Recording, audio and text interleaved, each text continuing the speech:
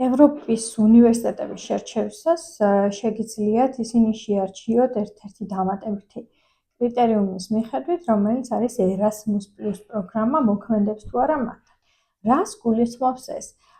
მაგალითად, თუ უნივერსიტეტში ჩააბარებთ, ეს იქნება ნებისმიერი ქვეყნის უნივერსიტეტი, გერმანია, პოლონეთი, ნორვეგია, ესპანეთი თუ სხვა და მათ აქვთ Erasmus+ გასვლითი პროგრამა, ეს იმას გულისხმობს, რომ თავად უნივერსიტეტი ევროკავშირის დაფინანსებით, ანუ Erasmus Mundus-ის პროგრამით, თქვენ გაგიშვებთ ერთი სემესტრის განმავლობაში სხვა უნივერსიტეტში სასწავლებლად. თან კარგი არის იმ კუთხითაც, რომ ის საგნები, რომელსაც ისწავლეთ საუკეთესო ევროპულ უნივერსიტეტებში, ჩაგეთვლებათ და ჩვეულებრივად დაბრუნების შემთხვევაში გააგრძელებთ სწავლას.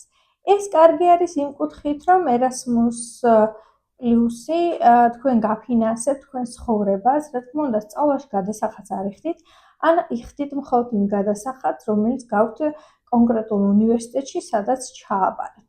ხოლო Erasmus-ის პროგრამა გარანტიას იძლევა, რომ თქვენ მიიღოთ სტიპენდია, რომლითაც იცხოვრებთ სხვა უნივერსიტეტის ქვეყანაში.